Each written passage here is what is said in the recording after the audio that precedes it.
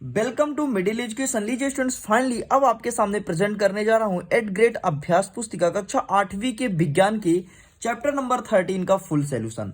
तो चलिए फटाफट बुक को ओपन करते हैं, देखते हैं हमारे चैप्टर्स का नाम क्या है एंड उसमें किस टाइप से क्वेश्चंस पूछे जाएंगे। देखिए जैसे मैं बुक को ओपन करता हूं तो यहाँ पर स्पष्ट रूप से लिखा है कि वर्ष 2022-23 का ही किताब है। मतलब जितने भी अपडेटेड चीज हैं एक एक चीज यहाँ पर कवर करने वाला हूँ। इसके बाद आपको यहाँ पर इंडेक्स देखने को मिलता है, देख लीजिए यहाँ पे लिखा है अनुक्रमणिका।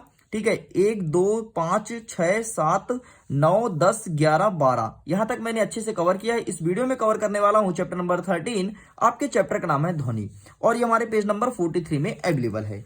चलिए फटाफट पेज ओपन कर लेते हैं एंड देख लेते हैं किस टाइप से क्वेश्चंस यहां पर देखने को मिलेगा। देखिए यहाँ पर स्पष्ट रूप से लिखा है चैप्टर नंबर 13, हमारे चैप्टर का नाम है ध्वनि। आखिरकार ध्वनि होता क्या है? तो ध्वनि को यदि मैं आसान भाषा में डिफाइन करूं तो ध्वनि कुछ नहीं है यार, एक तरह का शोर ही तो है। लेकिन शोर की यदि मैं बात करूं तो शोर भी दो भागों में बंट जाता है। एक आपको प्रिय लगेगा एक शोर, और दूसरा आपको अप्रिय लगेगा।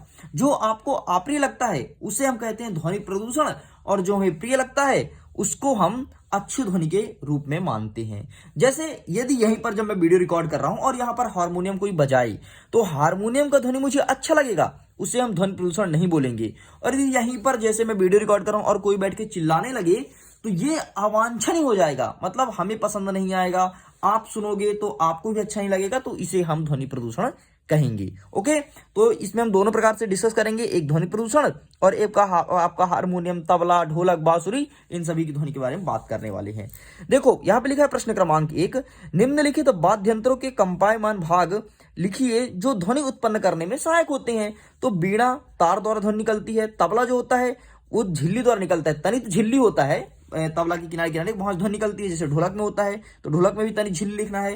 बांसुरी में आवाज द्वारा ध्वनि निकलती है, जब आप बोलते हो, जब आप उसमें फूंक डालते हो तब जो ध्वनि उत्पन्न होती है वो बांसुरी की ध्वनि कहलाती है। ठीक है, और आपका झांझ और मंजीरा से जो तवा होता है प्लेट, तो दो प्लेट को टकराने से ऐसे टकराओगे तो ध्वनि निकलेगा। ठीक है, आगे देखते हैं क्वेश्चन नंबर सेकंड नंबर कहता है जब हम बोलते हैं तो हमारे शरीर का कौन सा भाग कंपित होता है, स्पष्ट कीजिए।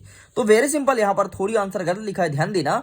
जब हम बोलते हैं तो हमारे शरीर का कंठ वाला भाग कंपित होता है। गला जिसे आप बोलते हो, आप सिंपल से कुछ बोल के देखो और अपने गले में हाथ रख लो। जैसे मैंने बोला राम राम, अब देखो आपका जो गले में है ना वो कंपित होगा, बार बार वाइब्रेट करेगा ताकि ध्वनि स्पष्ट रूप से निकल सके। तो सिंपल सा आपको कंठ लिखना है, एक बात को ध्यान देना।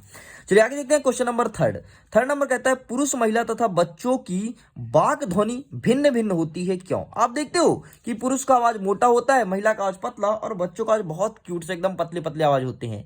तो यही बोलता है वाक मतलब बोलने वाली ध्वनि अलग अलग होती है, ऐसा क्या रीजन है? तो आपको लिखना है कि पुरुष में वाक तंतु की लंबाई लगभग 200 mm की होती है, और महिलाओं में इसकी लंबाई 15 mm की होती है, और बच्चों में वाक तंतु, यही कारण है कि पुरुष और महिला तथा बच्चों की वाक तंतु अलग अलग होती है। बच्चों की वाक तंतु छोटे होते हैं, ठीक है, मतलब 15 mm से भी छोटे होते हैं, लगभग 5 से लेकर के 10 mm के बीच में होते हैं। ठीक, इस बात को ध्यान देना। तो सिंपल सा आवाज मैटर इसी पे करता है कि कोई बच्चे का आवाज मोटा रहता है, कोई का पतला रहता है, तो उसकी वाक तंतु जो होती है ना उसकी लंबाई कम और अधिक होती है। जैसे यदि आप बहुत अच्छा बोल रहे हो तो आपके वाक तंतु की लंबाई छोटी है। कभी कभी देखते हो सिंगर लोग इतना प्यारा ध्वनि निकालते हैं, अरे बाप रे क्या बात है, तो वो वाक तंतु की लंबाई छोटी होने के कारण निकालते हैं। लेकिन अगर किसी के वाक तंतु की लंबाई बड़ी होगी, बोलेगा मेरे प्रिय बच्चों आज मैं आपको कक्षा 8वीं विज्ञान का फुल उत्तर देने वाला, ये रहेगा। मतलब उसकी जो आवाज है उस पे मोटा मोटा हो जाएगा उसका आवाज, और आपको अप्रिय लगेगा। समझ गए? एक आसान भाषा में आपको बता दिया हूं। आगे देखते हैं फोर्थ नंबर कहता है मनुष्य कितनी आवृत्ति की ध्वनि सुन सकता है? तो वेरी सिंपल, मनुष्य 20 हर्ट्ज से लेकर के 20,000 किलो हर्ट्ज, जो के लिखा है ना इसे बोलते हैं 20,000। ठीक है, यदि आप इसे चाहो तो ऐसे लिख सकते हो 20,000 हर्ट्ज तक की ध्वनि सुन सकता है। इसे ऐसे भी लिख सकते हो, ऐसे भी लिख सकते हो। ठीक है, जो आपको मन करे वो लिख लेना। चलिए मैं पेज ओपन करता हूं, नेक्स्ट क्वेश्चन देख लेते हैं। नेक्स्ट यहां से हमारा लघु उत्तरीय प्रश्न स्टार्ट होता है। 5वां नंबर कहता है आवृत्ति किसे कहते हैं, इसको किसमें मापा जाता है? तो वेरी सिंपल, प्रति सेकंड में होने वाले दोलन की संख्या को आवृत्ति कहते हैं, इसे हर्ट्ज से मापा जा सकता है। ठीक है, हमारा 6वां नंबर कहता है धातु की एक प्लेट को किसी सुविधाजनक स्थान पर लटकाइए और अब उस क्षण से चोट करें, तत्पश्चात होने वाले अनुभव को लिखिए। अब वेरी सिंपल, आप कोई धातु का प्लेट ले लो, ठीक है, और उसे एक छड़ से लटका करके और दूसरे सिरे से पीटो, कोई लकड़ी ले उसे पीटो, तो किस प्रकार की आवाज निकलती है चित्र बना करके आपको लिखना है। तो वेरी सिंपल, आप चित्र कुछ इस प्रकार से बनाएंगे एंड लिखेंगे क्या कि उससे छन छन की आवाज आएगी। कोई बर्तन को जब आप पीटोगे लकड़ी से, फिर कोई डंडा कोई स्टिक जो भी ले लो, उसे छन छन की आवाज आएगी। तो ये चीज आपको लिखना है। चलिए आगे देखते हैं 7वां नंबर। 7वां नंबर कहता है चित्र सहित समझाइए कि ध्वनि का संचरण द्रव्य में होता है। तो सिंपल सा, सबसे पहले आपको चित्र ड्रॉ करना है। आप अपनी बुक्स में देख सकते हैं कि 162 पेज पर ये चित्र दिया है, ठीक है। अब इसे लिखेंगे कैसे, तो यहां पर मैं लिख कर लाया हूं। देखिए लिखेंगे, घंटी को पानी के अंदर डाल करके बजाने से ध्वनि उत्पन्न होती है, जिसे पानी के ऊपर कान लगा करके आसानी से सुना जा सकता है। बस इतना लिख करके कंप्लीट करना है। आगे देख लेते हैं 8वां नंबर। संगीत में ध्वनि शोर से किस प्रकार भिन्न होते हैं।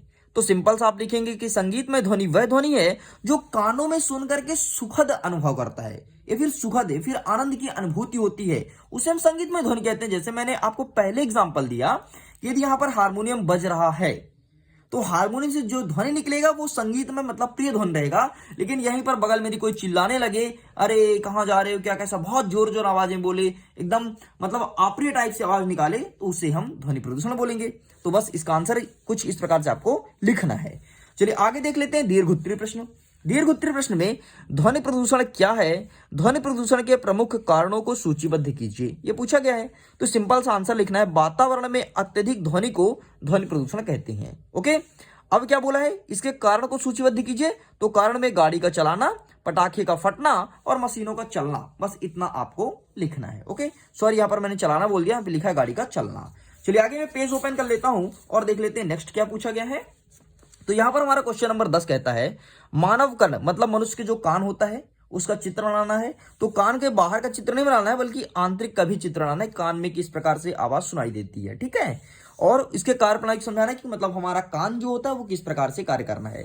तो देखिए इसका इमेज आप देख सकते हैं कि आप ये बुक में पेज नंबर 164 पर अवेलेबल है। इसके अलावा मैंने यहाँ पर इमेज भी ड्रॉ कर दिया है। अब इसका आंसर कैसे लिखेंगे, तो देखिए आप लिखेंगे कि कर्णपटह एक तनित रबड़ की सीट के समान होता है। ध्वनि के कंपन कर्णपटह में कंपित करते हैं। कर्णपटह कंपन को अंतरकर्ण तक भेज देते हैं, वहां से संकेत को मस्तिष्क तक भेज दिया जाता है और इस प्रकार से ध्वनि को हम सुन सकते हैं। देखो हम आसान भाषा में आपको समझाते थे क्या होता है। जब कोई बगल से बोलता है, ठीक है, तो कर्णपटह होता है या फिर कर्णपट जो होता है वहां पर टकरा करके और ध्वनि हमारे कान के अंदर प्रवेश करती है।